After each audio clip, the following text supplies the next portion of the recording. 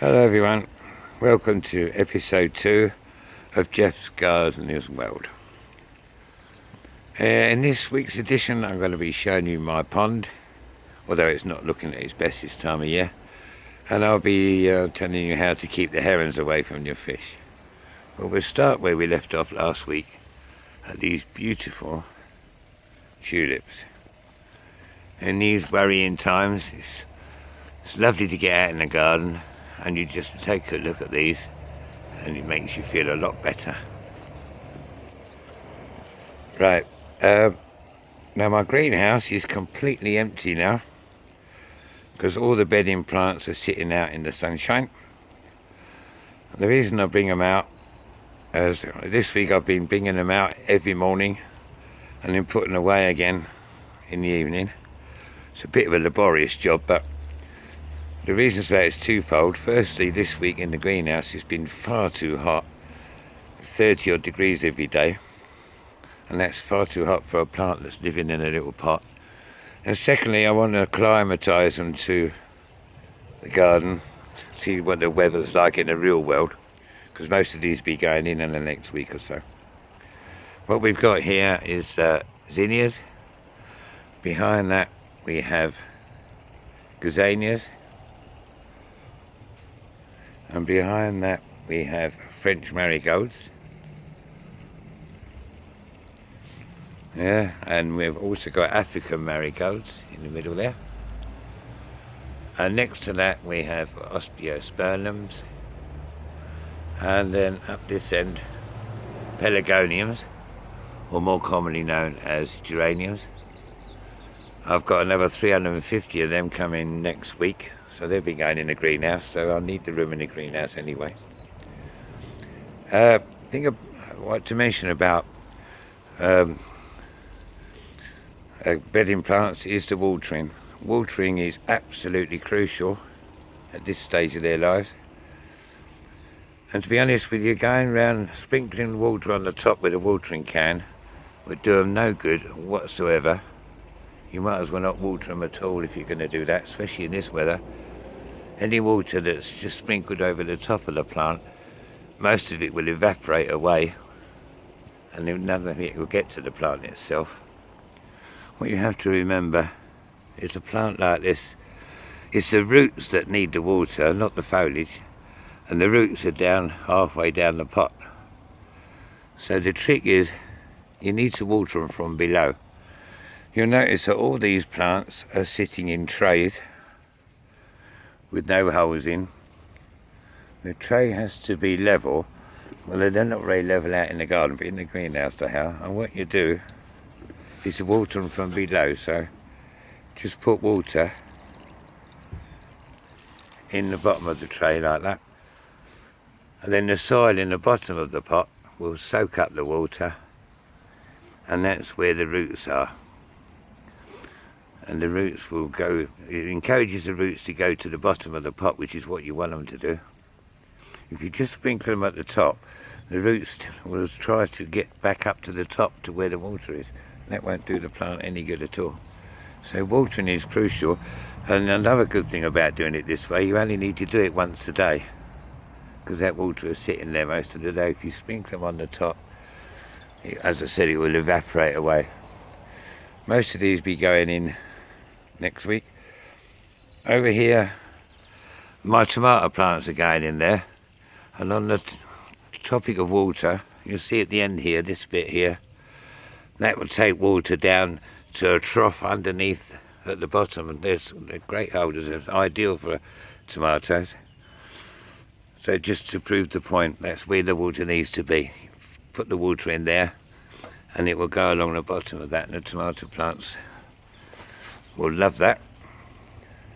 So there's all my bedding plants. Have a look at the rockery. Now this is a gunnerer, so environmentally not particularly friendly because they use a lot of water, but I do love them. There's two plants here. I've got another two near the pond and another two out in the front. The trick with gunnerers, they don't flower, but they've got fantastic foliage. The trick is, if you're going to plant a gunner, dig a hole that's about at least 4 times bigger than the plant needs, and then lay pond liner at the bottom of that hole with a couple of holes in it, then backfill it with soil and then plant the gunner. And that way you sort of create a mini bog garden, and it'll keep the water for the plant a lot easier. Every couple of years you dig them up and divide them. It's very easy to divide them with a sharp spade straight through the middle of the root, and you've got 2 colours. It's my ferns just coming through there. Remember last week I told you about the dahlias really coming on nicely now, the ones in the garden. I only put this in a couple of weeks ago. It was spent the winter in the greenhouse. Now if you want to take cuttings from dahlias, now is the time to do it.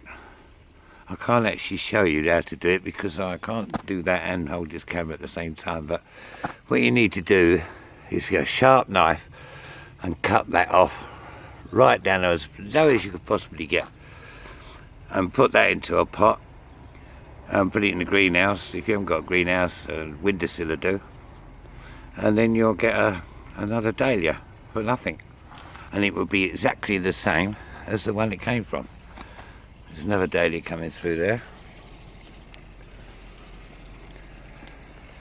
Right, the other dahlias, which I showed you last week, are in pots. They're coming through as well. The reason they're in pots is they're destined for the front garden.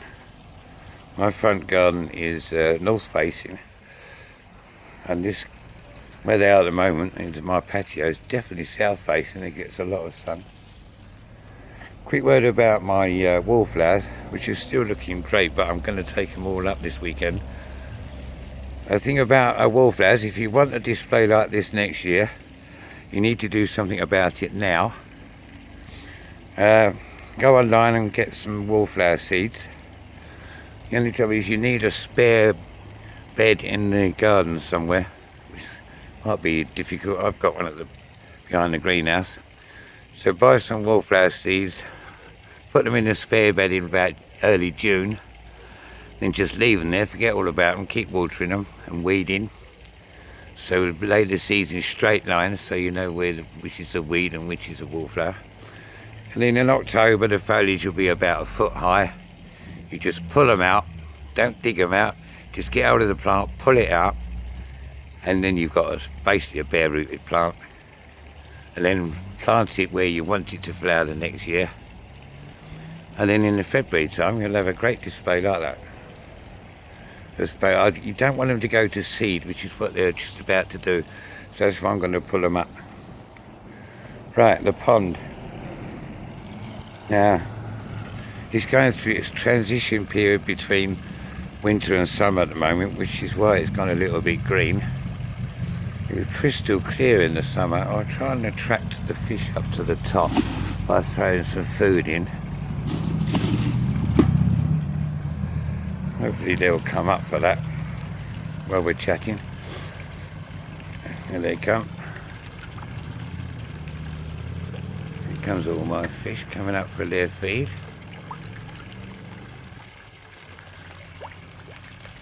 Right, okay, so while you're watching that, you'll see it's important that the water's circulating. So there's the entry point for the water, where it's coming out of that old-fashioned water pump. See? It's important that the pump that's supplying that is as far away from that as possible. In this case, it's right at the other end of the pond, is where the actual pump is, taking the water out of the pond via a filter system and a UV light to help get rid of the green, then pumped back into the pond again. But the pump must be a long way away from the entry point, otherwise the same water will recirculate. Okay, herons. Now, how do you stop a heron taking your fish? And there's about 200 fish in there. You could net the pond, but I just don't like netting on ponds. The only time I would ever even think about netting a pond is in the autumn to stop leaves going in.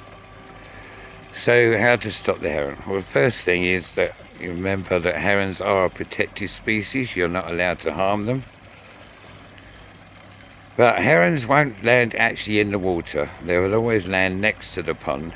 And in my case, they will use my lawn as a runway and then walk over to the pond. You can't stop them landing on the lawn. So what you have to do is to stop them getting from the lawn to the pond. And I do that by tripwires. Now you see I've put some branches along there. They came from a cherry tree that died on me last year, so I cut the branches off, laid them along here. That's one line of defence. The other is tripwires. Now I've rigged up a temporary one here for you to see, and I've put string on it so you can see it better, but in actual fact I use a fishing line wire, which is very, very thin and you can't see it, which is the whole point of it, I suppose, but a heron will be able to see it. It's got great eyesight. And you lay this all the way around the pond using any old stick will do, but I use those. And there's absolutely no way a heron will get over that. I've seen what happens when a heron touches the wire. It doesn't like it, flies away immediately. That's how you stop that. Will definitely stop a heron getting into your pond. While we're here, have a look at those roses. They're standard roses that Tanglewood Help was bought last year in memory of my White Lake wife. Now here we've got that one there is the blueberry. I've got 3 blueberries. And there's no reason why they're near the pond, it's just where I've put them. I want to talk to you about blueberries. They're lovely. There's a blueberry there. They're tasty and they're packed with vitamin C. But 2 things you got to note about blueberries. You can't grow them in the ground. Not around here anyway. So you have to put them in pots with ericaceous soil, because they like acidic soil. And the other thing about blueberries, only ever water them with rainwater. Never use tap water. They don't like it. Any time you'd ever use tap water is in severe drought and your supply of rainwater's run out. I store lots of rainwater, as you should. I'll show you my water butts in another program. But rest assured, 100% of the water that falls on my greenhouse goes into butts. All the water that goes onto that extension to my house goes into a water butt. And in fact, the water, 75% of the house, water that falls on the house goes into another water butt, which is at the side of the house. I'll show you that next week when I show you the front garden. This is a bleeding heart, which is lovely. It's a bit of a woodland. It likes a lot of shade, although it's in full sun at the moment. But there you go. We'll do that for this week. Next week I'll show you the front garden, which you're not doing a lot at the moment. But I'll leave you with these beautiful tulips. They're so nice. I might well keep them for next year, but it's a logistical problem with tulips because you don't always know what colour they are.